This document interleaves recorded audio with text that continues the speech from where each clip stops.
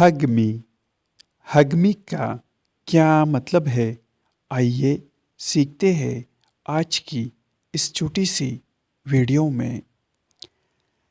ہگ می کا اردو مطلب ہے محبت سے گلے لگاؤ، مجھے گلے لگا لو یا مجھے قریب کر لو۔ For example, I am feeling sad, please hug me. مجھے اداسی محسوس ہو رہی ہے، برائے کرم مجھے گلے لگا لو۔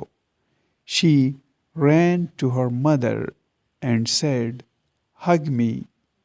اس کا مطلب ہے وہ اپنی ماں کی طرف بھاگی اور بولی، مجھے گلے لگا لو۔